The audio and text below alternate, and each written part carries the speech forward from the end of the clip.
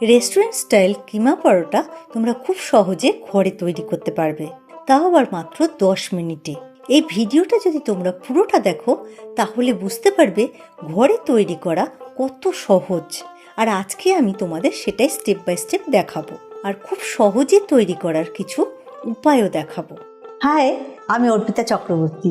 তোমাদের সকলকে স্বাগত জানাই স্বাদকাহনে। তাহলে চলো শুরু করি।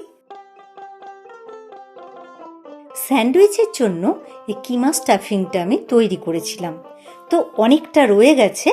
এটা দিয়ে আমি একটা কিমা পরাঠা তৈরি করব। আর যেহেতু অনেক রকম কিছু দেয়া আছে, খেতে খুব টেস্টি হবে। আর এই কিমা স্টাফিংটা আমি কীভাবে তৈরি করেছি সে লিঙ্কটা আমি তোমাদের ডেসক্রিপশন বক্সে দিয়ে দেব।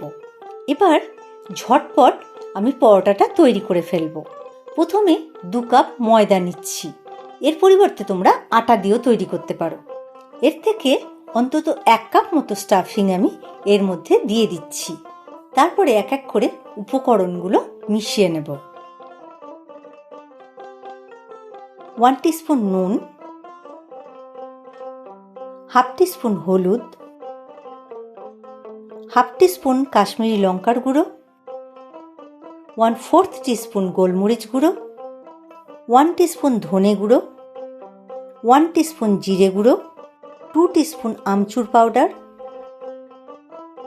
হাফ টিস্পুন গরম মশলা গুঁড়ো, 1/4 টিস্পুন মতো খাওয়ার সোডা, 1/4 টিস্পুন চিনি, খানিকটা কসুরি মেথি গুঁড়ো দিচ্ছি। এতে করে ফ্লেভারটা খুব ভালো আসবে পরোটাতে। 2 টেবিল স্পুন মতো দিচ্ছি। 2 টেবিল স্পুন মতো তেল দিচ্ছি। তাতে করে ময়দা আর সমস্ত উপকরণগুলো আমি দিলাম, তার বাইন্ডিংটা খুব ভালো হবে। অল্প অল্প জল দিয়ে আমি ডোটা মেখে নেব। একবারে বেশি দেবে না, তাহলে অতিরিক্ত জল হয়ে যাবে। এইভাবে যদি আমরা পরোটাটা তৈরি করি তাতে করে খেতে খুব ভালো লাগবে, আর বেশি পরিশ্রমও হবে না। পুরটা আমি একসঙ্গে তৈরি করে নিয়েছি, ডো তৈরি করতে হলো না, ফিলিং ভরতে হচ্ছে না, ফলে অনেকটা সময় আমাদের বেঁচে যাচ্ছে। আর ঝটপট তোমার তৈরিও হয়ে যাবে, আর এতে করে পরোটা খুব টেস্টি হবে। ময়দা আমার মাখা হয়ে গেছে। এবার এই ডোটা একটু ঢাকা দিয়ে কিছুক্ষণ রেখে দেব। এতে করে একটু রেস্ট পাবে আর ডোটা ভালো করে সেট হবে। এক্সেস জলটা দেখো টেনে গেছে। ডো কত নরম হয়েছে দেখো। প্রতিটা লেচি এক মাপের আমি কেটে নেব। বেলতে যেমন সুবিধা হবে, আর প্রত্যেকটা পরোটা এক মাপের হবে। ভাজাও সুন্দর হবে আর খেতেও ভালো লাগবে। ময়দা ডাস্ট করে নিচ্ছি। আস্তে আস্তে ভালো করে তোমরা এইভাবে, আমি যেভাবে বেলছি দেখো এইভাবে বেলে নেবে।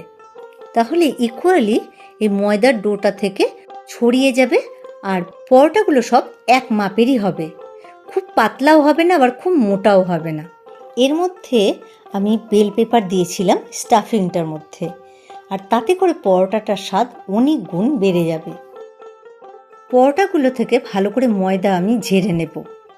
আর একটা ননস্টিক ফ্রাই প্যান বসিয়ে দিয়েছি, গরম হয়ে গেছে। এবার এক এক করে পরোটাগুলো সেঁকে নেব। প্রথমে আগে যদি আমরা পরোটাটা সেঁকে নিই তাহলে কি হয়, কাঁচা ভাবটা চলে যায় আর তেলও কম টানে। আর একটা পরোটাও সেঁকে নিচ্ছি। তোমরা এভাবে একসঙ্গে অনেক কটা সেঁকে তেল দিয়ে ভাজতে পারো। আর একটা যে সেঁকা পরোটাটা ছিল এর মধ্যে এবার দিয়ে দিচ্ছি। দুটোরই আমি 2 পিঠ ভালো করে সেঁকে নিয়েছি। এবার পরোটাগুলো তেল দিয়ে ভাজবো। সাদা তেল দিচ্ছি। কত সুন্দর ফুলছে দেখো। পরোটা ভাজা হয়ে গেছে, এবার তুলে নিচ্ছি। বাকি পরোটাগুলো আমি ভেজে নেব। আমি যতটা পরিমাণে বানিয়েছি মোটামুটি তোমরা 3 থেকে 4 জনকে সার্ভ করতে পারবে।